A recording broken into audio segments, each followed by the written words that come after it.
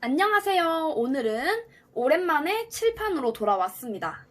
제과의 반죽법에 대해서 제가 영상을 다 올렸다고 생각을 했었는데 반죽형과 거품형 케이크에 대해서는 올리지 않았더라고요. 그래도 핵심 요약 정리에 대해서는 대략적으로 설명드린 게 있어서 안일하게 생각하고 있었는데 한 구독자님께서 이제 케이크에 대한 내용도 있으면 좋을 것 같다고 말씀해 주셔서 생각해보니까 진짜 그런 것 같더라고요. 그래서 이렇게 설명드리게 되었습니다.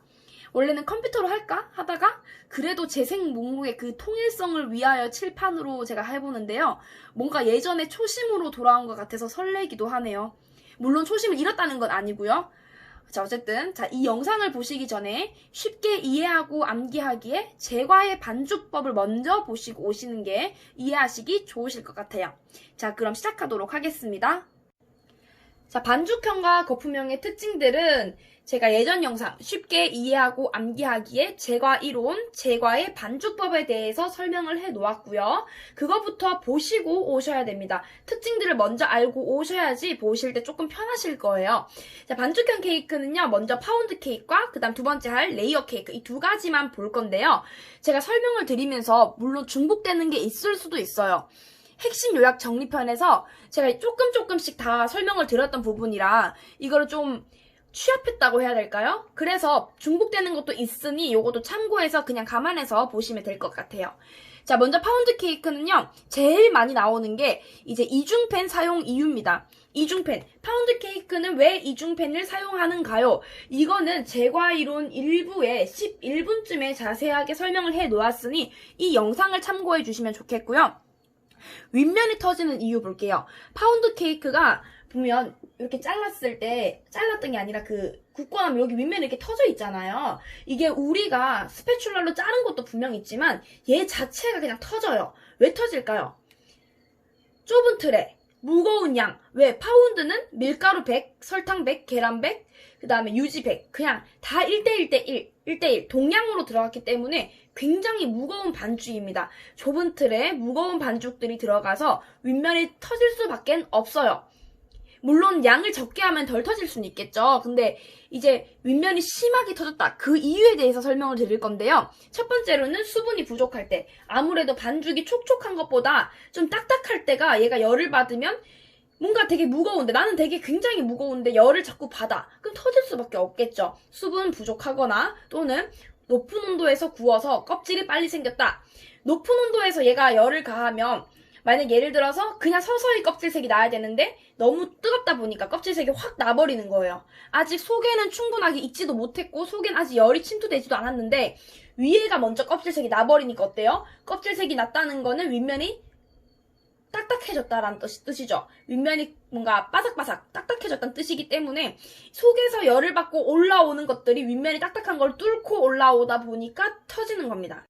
세 번째, 틀에 채운 후 바로 굽지 않아서 표피가 말랐다. 이 말도 방금 설명드린 거랑 같은 원리예요. 틀에다 팬닝을 하고 나서 얘를 바로 구워야 되는데 오븐에 넣기 전에 한 3-40분 실온에서 방치를 시켰어요. 윗면이 말라버리겠죠. 윗면이 말랐다는 거는 윗면이 딱딱해졌다라는 거죠. 그럼 우리 방금 설명드린 거랑 같은 내용.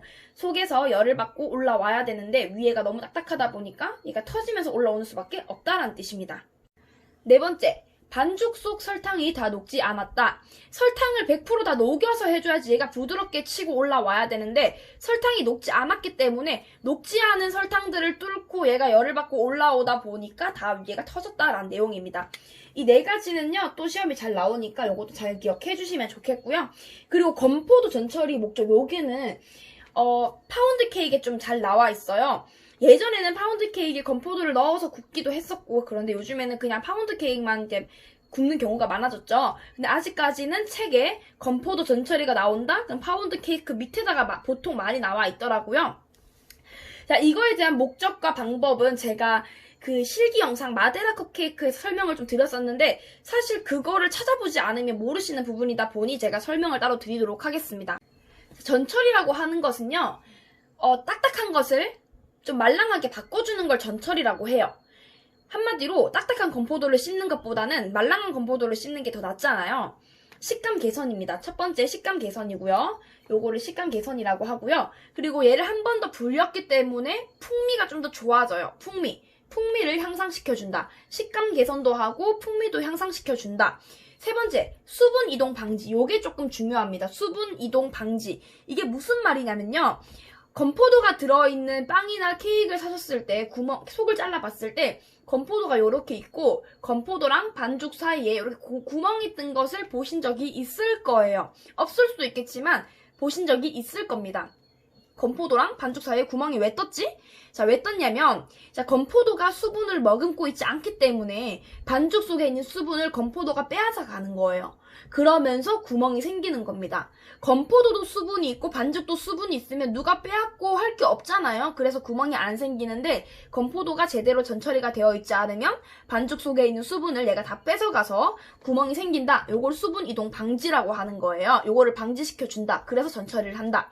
이게 많이 생기면 구멍이 많다는 거는 결국 잘 찌그러진다는 내용인 거죠. 케이크나 빵이 잘 찌그러진다. 구멍이 많기 때문에. 그래서 좋지 않은 거잖아요. 그래서 수분 이동 방지가 요 내용이 되는 거고요. 요건 잘 기억해서 세 가지를 다 알아주셨으면 좋겠습니다.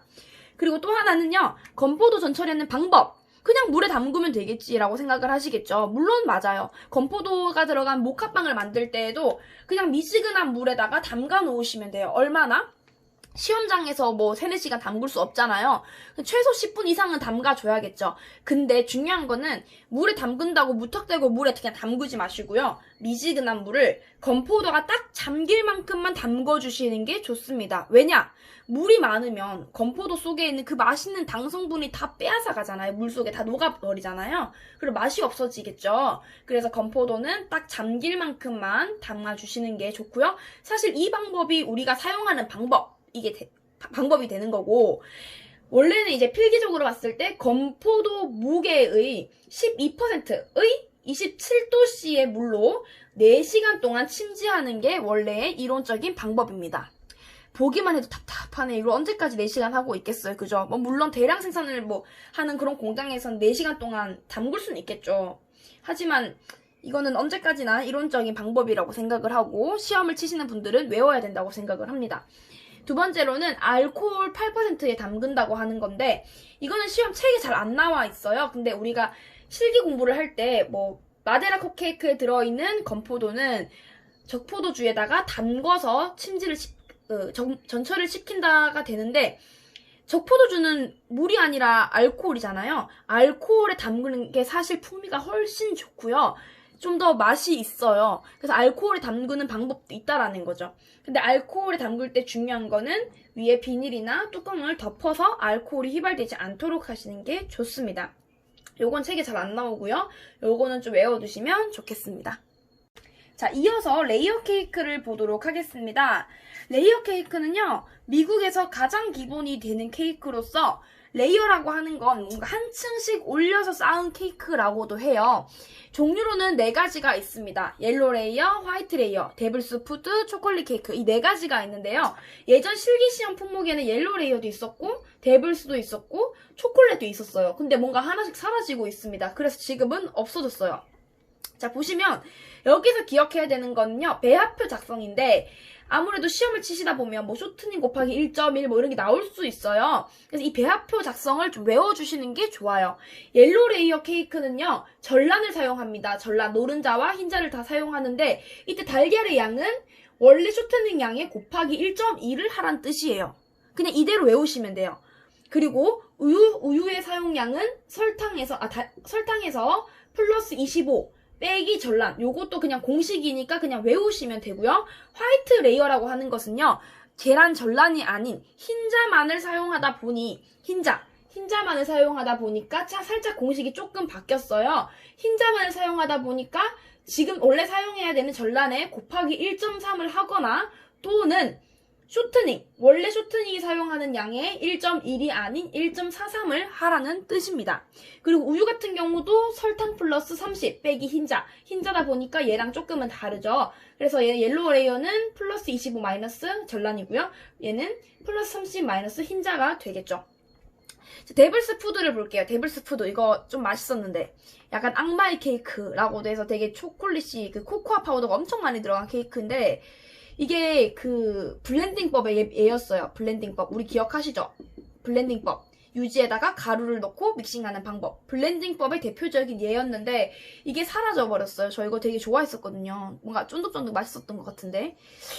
어쨌든 그게 중요한 게 아니라 얘 보시면 자, 달걀. 이거 같은 경우도 얘랑 똑같아요. 쇼트닝 곱하기 1.1 똑같습니다. 우유는 설탕 플러스 30 플러스 코코아 곱하기 1.5 되게 많죠. 외워야겠죠. 역시나 외워주셔야 됩니다. 여기서 중요한 것도 이거예요. 자, 천연 코코아 사용 시 7%를 중조로 사용. 이거를 외워주셔야 되는데, 자, 무슨 말이냐면요.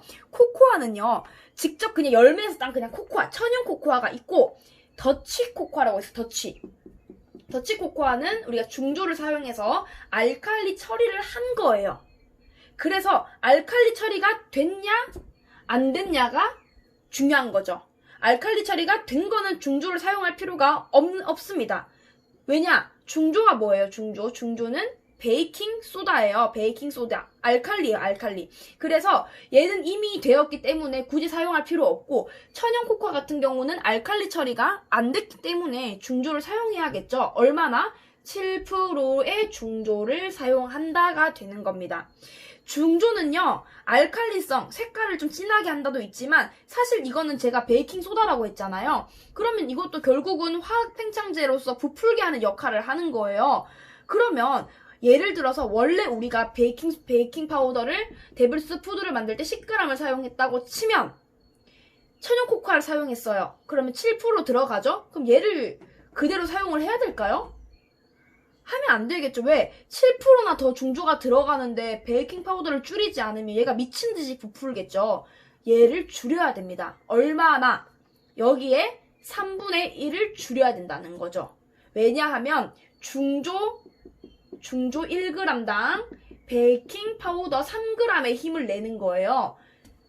자, 문제 중에 이런 문제가 있어요. 어떤 문제가 있냐면 데블스 푸드 케이크를 제조하는데 중조를 8g을 사용했을 때 이제 가스 발생량을 비교하는 거예요. 중조를 내가 8g을 써야 된다.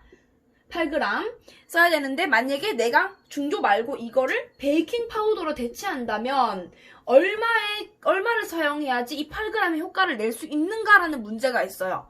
정답은 곱하기 3배인 24g입니다.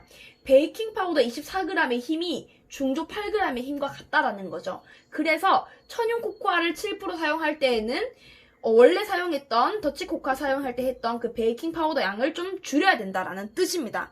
요거를 그냥 알아두시면 되세요. 자, 그리고 초콜릿 케이크. 초콜릿 케이크는요, 여기 우유 있죠? 이 우유의 공식과 동일하기 때문에 제가 굳이 적지 않았습니다. 뭐 자리도 없었을 뿐더러 어쨌든 데블스 푸드랑의 우유의 공식은 같고요.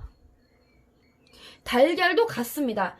데블스 푸드와 초콜릿 케이크의 이 달걀과 우유 공식은 같다. 같이 기억을 하시면 좋겠죠. 근데 결론적으로 보면은 화이트 레이어 이거 1.43 빼고는 다 달걀 쇼트닝 곱하기 1.1이 다 같아요. 그냥 같습니다. 다. 같이 외워두면 되겠고요.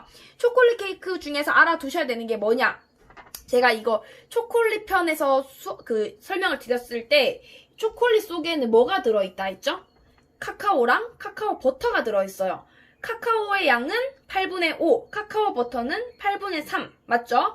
자, 초콜릿 속에는 카카오 버터가 들어있기 때문에 내가 유화 쇼트닝을 사용할 때 카카오 버터의 2분의 1은 줄여야 된다라는 거죠. 원래 내가 유화 쇼트닝 20을 사용한다고 치면 카카오 버터의 사용량의 2분의 1은 줄여줘야 된다라는 겁니다. 왜? 버터가 어차피 들어가는데 굳이 유화 쇼트닝을 다 때려 넣을 필요는 없다라는 거잖아요. 그래서 그냥 2분의 1을 줄여준다까지만 아시면 돼요. 뭘 더 아실 필요는 없어요. 그냥 이 공식 알아두시고 방금 말씀드린 요거 그리고 데블스 푸드의 이거 7%의 중조를 사용한다. 뭐 이 정도까지만 아시면 좋을 것 같습니다. 자, 이어서 거푸면 케이크 설명해 드리도록 하겠습니다. 거푸면 케이크의 필수 재료, 밀가루, 설탕, 계란이죠. 물론 소금도 소량이 첨가되어 있긴 해요. 근데 제가 소금을 안 적은 이유는 왜일까요? 뭔가 저번 시간에 제가 소금을 적지 않아서 이번에 적으면 조금 이상할 것 같아서 안 적긴 했는데 사실 소금도 들어있긴 해요. 그래서 밀설계소로 외워주시면 좋겠습니다. 물론 저는 적지 않겠습니다. 자, 스펀지 케이크를 볼게요. 거푸면 케이크에 있는 스펀지 케이크. 자, 여기서 제가 지금 배합률만 적었어요. 요것도 한번 중국일 겁니다. 제가 언젠가 한번 설명을 드렸었던 부분인데 스펀지 케이크의 배합률 밀가루 100, 설탕 166, 계란 166, 소금 2%. 요거를 제가 외우라고 말씀을 드렸었어요. 물론 거품형 케이크는 공리법도 있고 변리법도 있고 각각 어떻게 하는 건지에 대한 특징들은요, 제가 그 지난 예전 영상에 제과의 반죽법에 설명을 해놨으니 그거부터 보시고 오시면 좋을 것 같고요. 요거 일단 외워주시고, 그 다음에 스펀지 케이크의 팬닝비 몇 %죠? 60%. 요것도 같이 기억하시면 되겠죠. 팬닝비는 60%다. 그리고 롤케이크. 롤케이크도 거품형에 속해 있는 케이크잖아요. 여기서 중요한 거는 표면이 터지는 이유. 요게 중요해요. 롤케이크를 말 때 표면이 왜 터지는가? 요거는 쉽게 이해하고 암기하기 단골 문제 3가지 편에 자세하게 나와 있으니 요것도 참고해 주시면 좋겠습니다. 세 번째, 엔젤푸드 케이크. 이거는 제가 한 번도 언급을 한 적이 없었어요. 엔젤푸드 케이크. 자, 이거는 말 그대로 아까 우리 데블스 푸드는 뭐였어요? 악마의 케이크. 데블스, 데빌. 악마잖아요. 엔젤은 천사예요. 그럼 어떤 느낌이 들어요? 뭔가 되게 하얗고 순백의 그런 느낌이 들죠? 맞습니다. 엔젤푸드 케이크는요, 흰자만을 사용하는 케이크입니다. 흰자만을 사용하는 엔젤푸드 케이크다. 그러다 보니까 흰자만 사용한다는 거는 여기에다가 설탕을 넣고 빅싱하면 뭐가 돼요? 결국 머랭이 되잖아요. 머랭으로 하는 케이크란 뜻이에요. 그래서 머랭을 좀 더 희고 단단하게 하기 위해서 주석산이라는 것을 첨가합니다. 주석산 크림. 산이에요, 산. 산을 넣는 이유. 자, 산성과 알칼리의 차이점에 대해서도 쉽게 이해하고 암기하기에 그 pH 편에 제가 자세하게 설명을 해놨으니 그것도 보시고 오시면 좋을 것 같고요. 산성의 특징은 결국 하얗고 단단하게 만들어주는 게 산성의 특징이다. 그래서 머랭을 더 튼튼하게 하기 위해서 산성이 들어간다. 주석산 크림. 주석산은요, 포도에 많이 들어있는 산이에요. 주석산. 근데 주석산 크림이라고 하면 뭔가 되게 크림 같지 않나요? 근데 사실 크림이 아니라 가루더라고요. 가루. 왜 크림인지는 저도 모르겠어요. 이거는 좀 누군가 나에게 알려줬으면 좋겠어. 저도 완전 똑똑 박사가 아니기 때문에 100% 알지는 못해요. 그냥 있는 그대로 받아들일 줄 아는 그런 사람입니다. 자, 어쨌든 주석산 크림을 사용하는데 산을요, 전 처리하는 방법도 있고 후 처리하는 방법도 있어요. 뭐가 다르냐? 산을 미리 처리하는 거, 머랭에 넣어서 같이 만드는 거, 이거를 주석산을 먼저 전 처리하는 거죠. 전체의 한 3분의 2 정도는요, 머랭에 같이 넣어서 만들고요. 남은 3분의 1은 마지막에 이제 그 밀가루에 넣어서 이제 사용을 많이 하는데, 전 처리하게 되면 좋은 점이 약간 튼튼하고 탄력, 머랭이 직접 넣기 때문에 튼튼하고 탄력이 있고요. 산을 이제 후 처리하게 되면요, 밀가루에 넣잖아요. 그래서 반죽이 조금 더 부드러운 느낌이 듭니다. 요거는 이것까지만 알아놓으시면 돼요. 자, 그리고 또 하나는요, 엔젤푸드 케이크는 사실 본 적도 없고, 맞죠? 만들어 본 적도 없고, 기능사 책에 있는 것도 아니라, 이거는 간단하게 설명드리면, 시폰 케이크 아시죠? 시폰 케이크 틀에 굽는 케이크입니다. 그래서, 시폰 케이크 틀, 요렇게 생겼어요. 요렇게. 유산지를 깔 수도 없어. 이거 만들려면 하루 종일 걸려야 돼요. 유산지를 깔 수도 없고, 기름칠을 하면은, 기껏 하얗게 만든 케이크를 기름칠을 했다. 와, 상상만 해도 다 튀겨지고, 검해지고, 난리가 나겠다. 그죠? 그래서, 이 형제로서는, 물을 사용한다라는 거죠. 제가 언젠가 한번 말씀드렸었어요. 시폰 케이크 틀, 시폰 케이크랑 엔젤푸드 케이크 같이 외워두시고 이 형제를 묻는다면 물을 찾아라 라고 말씀을 드렸었던 적이 있습니다. 요것도 같이 기억을 하시면 되겠습니다. 자, 반죽형과 거품형 케이크의 차이에 대해서 알아봤습니다. 물론 범위는 굉장히 많아요. 근데 제가 중요한 것만 좀 뽑다 보니까 좀 짧아졌는데요. 이거 플러스 문제를 많이 풀어보시는 걸 추천하고요. 제가 요즘에 매일 컴퓨터로만 영상 만들어서 올리다가 뭔가 예전으로 돌아와서 칠판으로 하려니까 좀 재밌는 것 같아요, 이게. 제 영상들이 책에 있는 100%가 모든 게 다 있지 않기 때문에 이렇게 요청해 주시면은 제가 오늘처럼 업로드 해드릴 테니 이 영상을 요청해 주신 구독자님처럼 댓글로 말씀해 주시면 좋을 것 같습니다. 덕분에 하나라도 제가 더 정리돼서 알려드리고 좋은 것 같아요. 항상 영상 지켜봐 주셔서 감사드리고요. 날씨 더운데 건강 조심하시고 늘 좋은 일만 있으시길 바라겠습니다. 감사합니다.